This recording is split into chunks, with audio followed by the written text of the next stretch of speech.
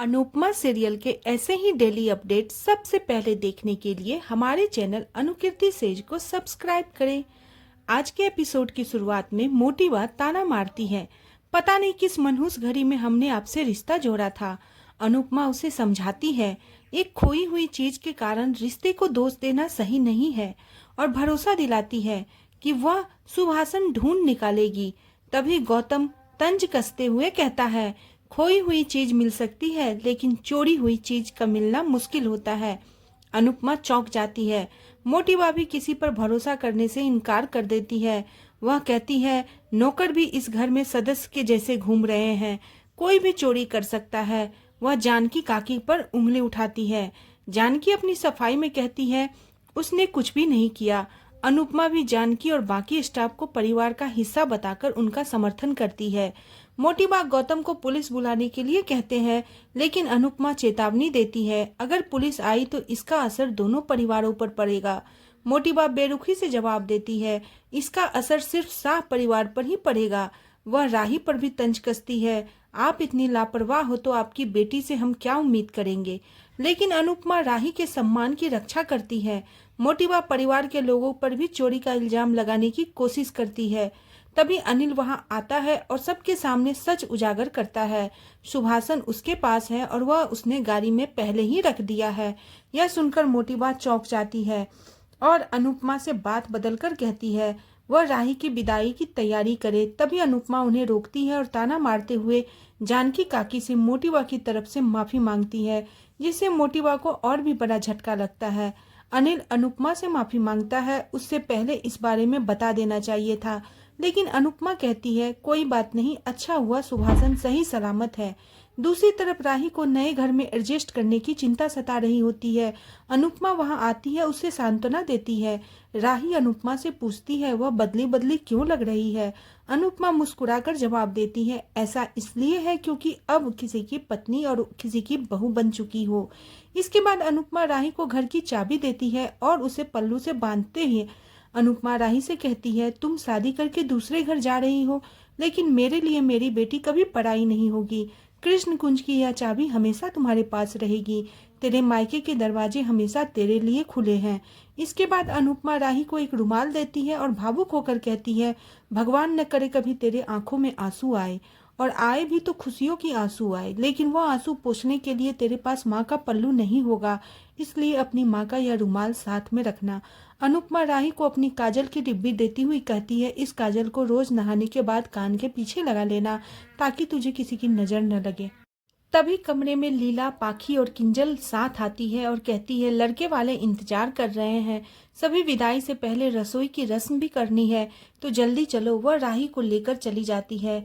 अनुपमा थोड़ी उदास हो जाती है। दूसरी तरफ मोटीबा अनिल को डांट रही है, उसने पहले क्यों नहीं बताया, सुभाषन उसने रख दिया है। अनिल ताना मारते हुए कहता है, आपको तो खुश होना चाहिए, सुभाषन चोरी नहीं हुआ, लेकिन आपको तो इस बात का दुख है, आपने अनुपमा जी को ताना मारने का एक मौका खो दिया। यह कहते हुए अनिल चला जाता है। मोटीबा चौंक जाती है। मोटीबा पराग से कहती है, राही को मैं संभाल लूंगी और उसकी माँ को तुम संभाल लेना। पराग हामी भरता है। तभी ईशानी वहां आती है। ईशानी को देखकर दोनों चौंक जाते हैं। ईशानी के जाने के बाद पराग कहता है, अब यह अनुपमा को सब बता देगी। मोटीबा कहती है, यह कुछ नहीं करेगी और यह इसकी माँ दोनों बहुत स्वार्थी है। पराग चौंक जाता है। इधर ईशानी पाखी को मोटीबा और पराग की बातचीत के बारे में बताती है। पाखी उसे चुप रहने की सलाह देती है ताकि वे कोठारी परिवार की नजरों में अच्छे बने रहे। ईशानी को राही के लिए बुरा लगता है, लेकिन पाखी का मानना है कि राही खुद को संभालने के लिए काफी स्मार्ट है। दूसरी तरफ अंश राही की विदाई को लेकर बेचैन महसूस करता है और चक्कर खाकर गिर जाता है। तभी प्रेम उसे संभालता है। अंश राही के पास दूर जाने के डर से घबरा जाता है और रोने लगता है। प्रेम उससे बातचीत करता है और उसे सांत्वना देता है। इसके बाद लीला रस्म के लिए राही को रसोई में लेकर आती है। लीला राही को पापड़ देती है और कहती है, इस पापड़ को सेक कर इसे अपने हाथों से चूर चूर करना है। राही इस रस्म का मतलब पूछती है। लीला बताती है, इसका मतलब यह है कि इस पापड़ की तरह तुम भी अपने गुस्से को, अपने अहंकार को और अपनी अकड़ को चूरकर मायके में ही छोड़कर जाओगी और ससुराल इसे लेके नहीं जाना होगा। इसके बाद राही पापड़ सेक रही होती है, साथ ही उसकी नजरें अनुपमा को ढूंढ रही होती है। तभी प्रेम अनुपमा को वहां लाकर आता है और कहता है, विदाई से पहले एक पल माँ बेटी के लिए कीमती होता है। काम तो होता रहेगा, आप राही के साथ समय बिताए। बाबूजी भी प्रेम की बात से सहमति जताते हैं। प्रेम कहता है, सभी रस्में आप साथ में कीजिए। इसके बाद लीला राही को पापड़ देती है। राही हाथों से पापड़ को चूरती है और इस रस्म को पूरा करती है। इसके बाद राही मंदिर में दिए जलाने की रस्म को भी पूरा करती है। लीला अनुपमा को विदाई की तैयारी करने के लिए कहती है, लेकिन प्रेम बताता है कि अभी एक और जरूरी रस्म बाकी है। सभी हैरान होकर पूछते हैं। प्रेम कहता है, सभी हॉल में आओ, मैं वहीं सबको बताऊंगा।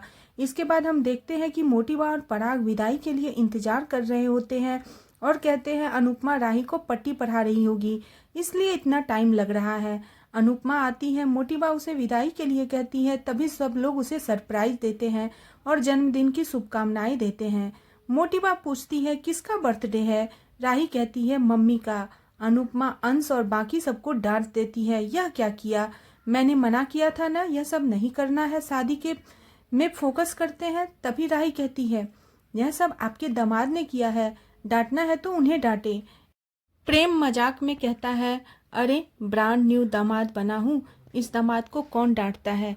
अनुपमा यह सब करने के लिए मना करती है और विदाई की रस्म पूरी करने के लिए कहती है।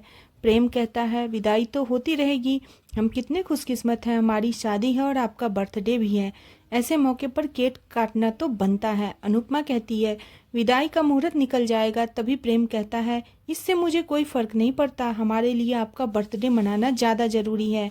माँ जन्म देती है तो उनका बर्थडे नहीं मनाना चाहिए क्या? माँ का बर्थडे भूल जाना आम बात है, लेकिन बहुत गलत बात है।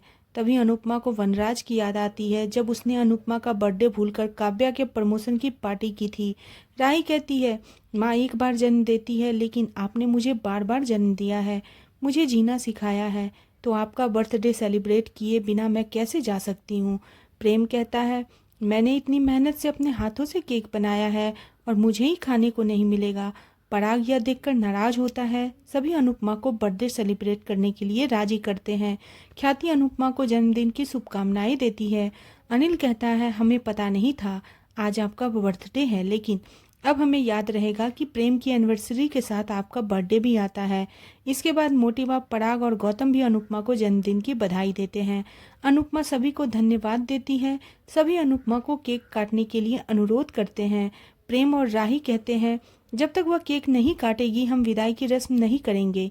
सभी मजाक में कहते हैं, अब ज़्यादा भाव मत खाओ, जल्दी केक काटो। अंश अनुपमा को केक काटने के लिए लेकर आता है। परी अनुपमा को बर्थडे की टोपी पहनाती है।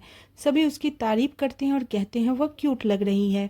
मोटिबा इससे नाखुश होती है। इसके बाद अनुपमा केक काटती है। सभी काफ़ी खुश होकर बर्थडे गाना गाते हैं और तालियां बजाते हैं। अनुपमा प्रेम और राही को केक खिलाती है। इसके बाद सभी अनुपमा को केक खिलाते हैं, उसे बर्थडे विश करते हैं। अनुपमा भी सभी को केक खिलाती है। इसके बाद प्रेम अनुपमा से कहता है, मैं आपका एम्प्लॉय हूँ, लेकिन काम के बाद क्या मैं आपको माँ कह सकता हूँ? आप राही की माँ है तो मेरी भी माँ हुई ना। अनुपमा कहती है, यह भी कोई पूछने की बात है। प्रेम अनुपमा को केक खिलाता है और दोनों गले मिलते हैं। तभी मोटिवा कहती है, विदाई की रस्म के लिए देर हो रही है। अनुपमा भी हामी भरती है और सभी को रस्म के लिए चलने के लिए कहती है। इसी के साथ आज का एपिसोड खत्म हो जाता है। आज का एपिसोड आप लोगों को कैसा लगा, प्लीज़ आप लोग मुझे कमेंट करें और बने रहे सीरियल अनुपमा में नेक्स्ट एपिसोड के लिए चैनल को सब्सक्राइब करना बिल्कुल भी ना भूलें।